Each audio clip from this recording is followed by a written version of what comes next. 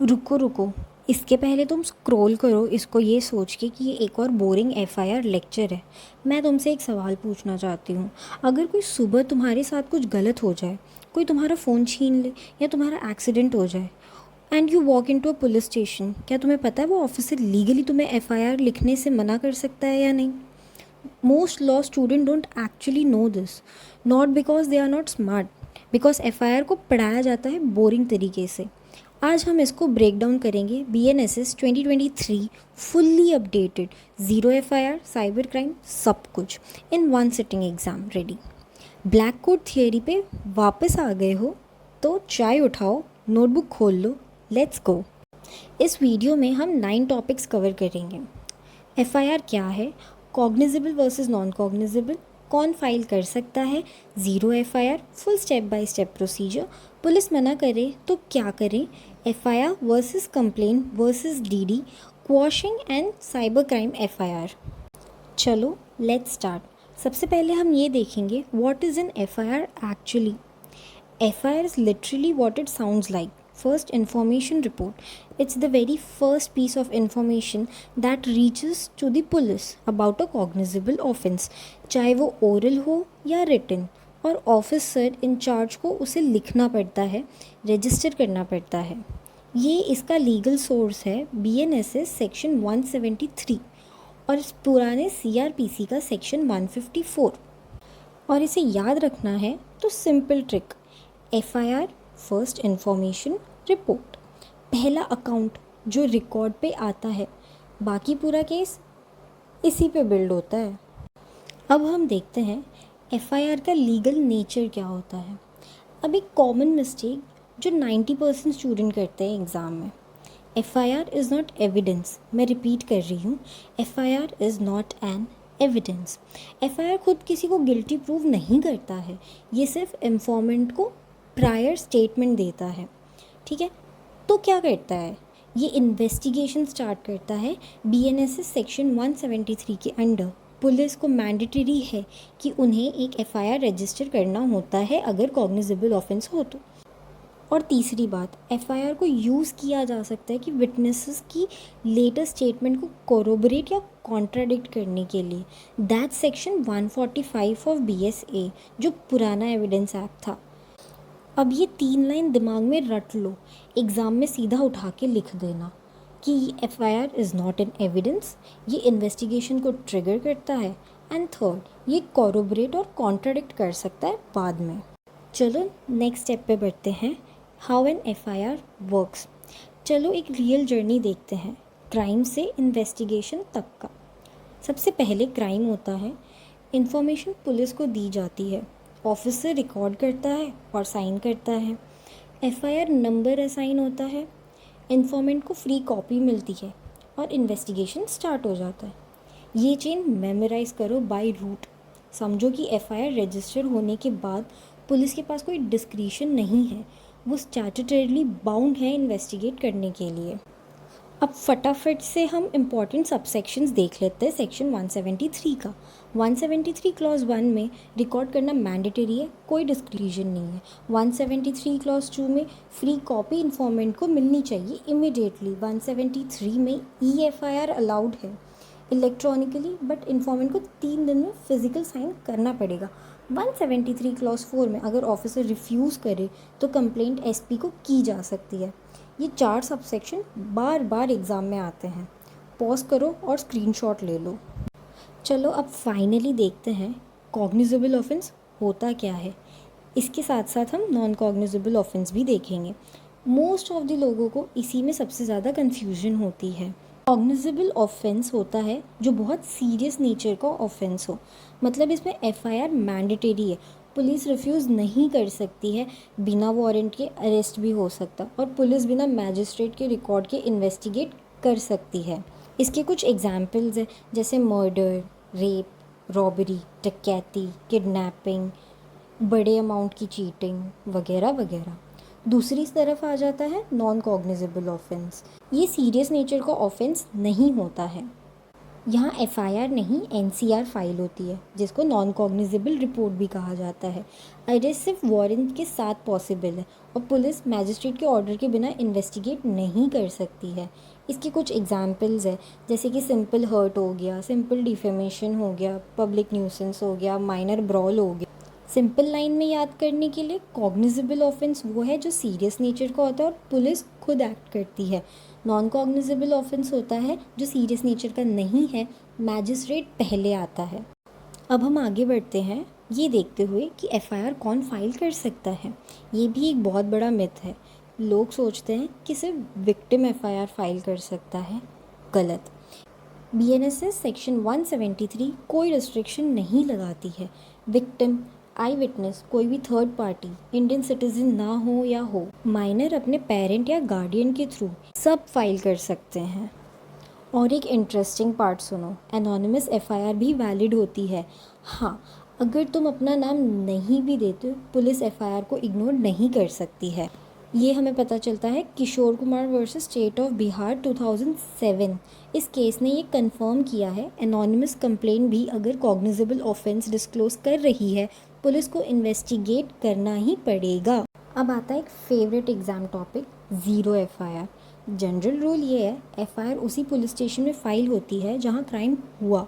But अगर तुम किसी दूसरे जुरिस्डिक्शन के स्टेशन पे पहुँच जाओ, पहले ये सिर्फ जुडिशियल क्रिएशन था, अब बीएनएसएस 2023 में स्टैट्यूटरी बन गया है। कोई भी पुलिस स्टेशन कॉग्निजेबल ऑफेंस के लिए एफआईआर रजिस्टर करने से मना नहीं कर सकती है। जुरिस्डिक्शन कुछ भी हो, नंबर 0 से स्टार्ट होता है, बाद में करेक्ट स्टेशन को ट्रांसफ़र होती है। गोल्डन आवर में डीले नहीं, विक्टिम टर्न अवे नहीं होगा। और रही बात EFIR की, cybercrime.gov.in पे ऑनलाइन फाइल कर सकते हो, बस 3 दिन में फिजिकली साइन करना पड़ेगा। इसमें एक इम्पॉर्टेंट केस जो रिमेंबर है वो है Manohar Lal Sharma versus principal secretary 2024। इसमें सुप्रीम कोर्ट ने ज़ीरो एफआईआर को एंडोर्स किया और क्लियरली कहा टेरिटोरियल जुरिस्डिक्शन के नाम पे एफआईआर रिफ्यूज़ करना इल्लीगल है। चलो अब प्रैक्टिकल मोड में आते हैं। अगर तुम या कोई भी इंसान एफआईआर फाइल करने जाए, एग्जैक्टली क्या होता है स्टेप बाय स्टेप। तो सबसे पहले स्टेप 1, एसएचओ या ड्यूटी ऑफिसर के पास जाओ। अगर एसएचओ नहीं है तो कोई सीनियर ऑफिसर प्रेजेंट होगा। स्टेप 2, उसको इन्फॉर्मेशन दो, ओरल या रिटन फॉर्मेट में, दोनों ही इक्वली वैलिड है।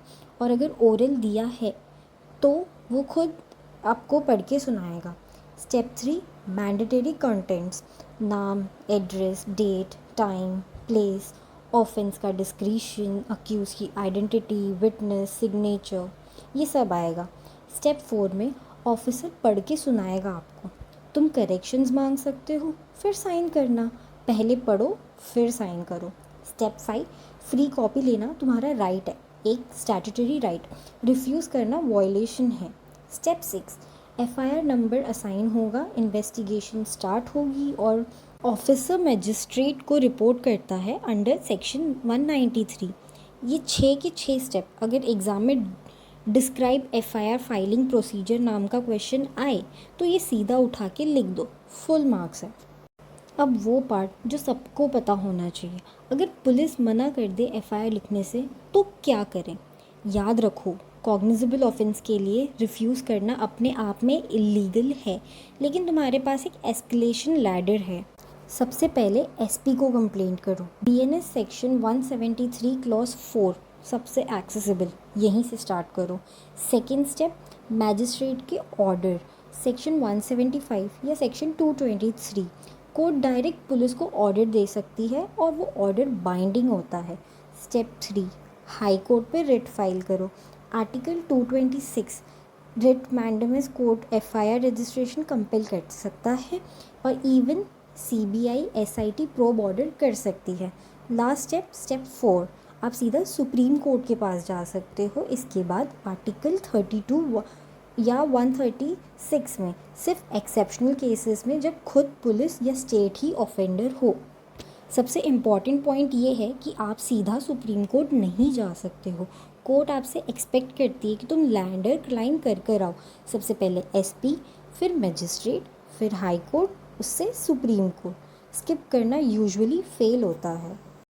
अब इस पूरे चैप्टर का सबसे इम्पॉर्टेंट केस, अगर एक केस जो याद रखना है तो ये वही है, ललिता कुमारी versus government of UP.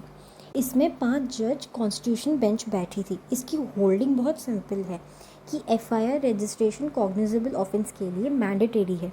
Police के पास कोई डिस्क्रिशन नहीं है प्रिलिमिनरी इंक्वायरी करने की, एक्सेप्ट कुछ नैरो एक्सेप्शंस की, और ये एक्सेप्शन सिर्फ 5 सिचुएशन में प्रिलिमिनरी इंक्वायरी अलाउ करती है 15 दिन की लिमिट के साथ। सबसे पहले मैट्रिमोनियल डिस्प्यूट्स हो, कमर्शियल डिस्प्यूट्स हो, मेडिकल नेग्लिजेंस हो, फैमिली डिस्प्यूट्स हो और प्रीडोमिनेंटली सिविल ऑफेंसेस हो। ये 5 एक्सेप्शंस जो है वाला लिस्ट जो है ना, एग्जामिनर के फेवरेट ट्रैप क्वेश्चन है। लिख के याद कर लो, सिर्फ पढ़ो मत। अब नेक्स्ट टॉपिक पे जाते हैं, FIR versus complaint versus dying declaration. इसका एक क्विक कंपैरिजन राउंड करते हैं। ये तीनों कंफ्यूज करते हैं स्टूडेंट को। एफआईआर बीएनएसएस के सेक्शन 173 के अंडर पुलिस को दिया जाता है, नॉट सब्सटेंसिव एविडेंस। ये साइन होता है रेड बैक के बाद, एडमिनिस्ट्रेटिव डॉक्यूमेंट है ये, जुडिशियल नहीं। जबकि कंप्लेंट जो है ये बीएनएसएस सेक्शन 2 क्लॉज डी में दिया है, which is read with 223, judicial magistrate को दिया जाता है। मजिस्ट्रेट का कॉग्निजेंस ट्रिगर करता है और ये एक जुडिशियल प्रोसीडिंग है। वहीं जो डाइंग डिक्लेरेशन है ये बीएसए सेक्शन 26 और पुराना इंडियन एविडेंस एक्ट सेक्शन 32 में लिखा है। ये किसी भी इंसान को दिया जा सकता है, मैजिस्ट्रेट प्रिफर्ड होता है बस। अब यहाँ एक ट्विस्ट है कि ये एक सब्सटेंसिव एविडेंस है और कन्विक्शन का सोल बेसिस भी बन सकता है। अगर इसको सिंपल वर्ड्स में याद करना हो तो FIR is only a statement और कंप्लेंट मैजिस्ट्रेट्स डोर है। Dying declaration can convict alone. अब थोड़ा एडवांस टॉपिक पर आते हैं, एफआईआर क्वैश कैसे होती है, पावर कहाँ से आती है। हाई कोर्ट के पास इनहेरेंट पावर्स है बीएनएसएस सेक्शन 528 के अंदर। इसका लैंडमार्क केस है state of Haryana versus Bhajanlal 1992। 7 grounds दिए गए क्वॉशिंग के लिए। इसके मेन हाइलाइट्स है, एलिगेशन फेस वैल्यू पर भी ऑफेंस नहीं बनते, एलिगेशंस एब्जर्व्ड या सेल्फ कॉन्ट्राडिक्टरी है, ऑफेंस उस कोर्ट में ट्रायबल नहीं है, लीगल बार है इंस्टीट्यूशन पे, लिमिटेशन और कंसेंट। एफआईआर मालाफाइल इंटेंट से फाइल्ड है सिर्फ वेनेजेंस के लिए, या फिर एफआईआर किसी सुपीरियर कोर्ट के जजमेंट को वायलेट करती है। बस एक बात याद रखो, क्वॉशिंग एक्सेप्शन है, रूल नहीं। ये दिया गया है एक केस में, CBI versus state of Rajasthan 2001 कहता है कोर्ट्स को स्लो रहना चाहिए इस पावर को यूज़ करने में। और आनंद कुमार मोहत्ता 2019 में ये दिया है कि चार्जशीट के बाद क्वॉशिंग मांगना पहले से ज़्यादा डिफ़िकल्ट होता है। सब्सटेंसिव टॉपिक, आज के टाइम में सबसे रिलेवेंट साइबर क्राइम एफआईआर है। ये डुअल फ्रेमवर्क से चलता है, आईटी एक्ट 2000 और बीएनएस या बीएनएसएस की जनरल लॉ दोनों अप्लाई होते हैं ऑफेंस की नेचर के हिसाब से। प्रोसीजर सिंपल है, local cyber crime cell visit करो या cybercrime.gov.in पे ऑनलाइन फाइल करो। फाइनेंशियल फ्रॉड के लिए कॉल 1930 गोल्डन आवर में फंड्स फ्रीज करने के लिए। और से important screenshots, transactions, IDs, chat logs पहले से प्रिजर्व कर लो, पहले बैकअप करो। एक important case, Shreya Singhal versus union of India AIR 2015 SC 1523 section 66A को अनकॉन्स्टिट्यूशनल डिक्लेयर करता है। आर्टिकल 19(1)A वायलेट करता था। इसके अंडर कोई भी एफआईआर सीधा क्वैश होगी। ये फ्रीक्वेंटली टेस्टेड है। एक लास्ट टिप जो तुम्हारे आंसर राइटिंग का गेम चेंज कर देगी, हर एफआईआर रिलेटेड क्वेश्चन को कि इसी स्ट्रक्चर में लिखो। सबसे पहले रूल, फिर बीएनएसएस का प्रोविज़न, फिर केस नेम प्लस ईयर, फिर एप्लीकेशन टू फैक्ट्स। ये एक फॉर्मूला ऑलमोस्ट हर एफआईआर के क्वेश्चन पे फुल मार्क्स दिलाता है। लिख लो, फ्रेम करो और डेली रिवाइज करो। अगर तुमने ये पूरा वीडियो देखा है, पहले तो रिस्पेक्ट, क्योंकि मोस्ट लोग 20 मिनट्स लॉ वीडियो स्किप कर देते हैं। तुमने नहीं किया तो कमेंट कर दो FIR is done. Let me know अगर तुम्हें नेक्स्ट वीडियो किस टॉपिक पे चाहिए, फुल स्केड्यूल ब्रेकडाउन के साथ। लाइक करो अगर ये हेल्पफुल था, सब्सक्राइब करो ब्लैक कोड थियरी, और नेक्स्ट वीडियो पे मिलते हैं।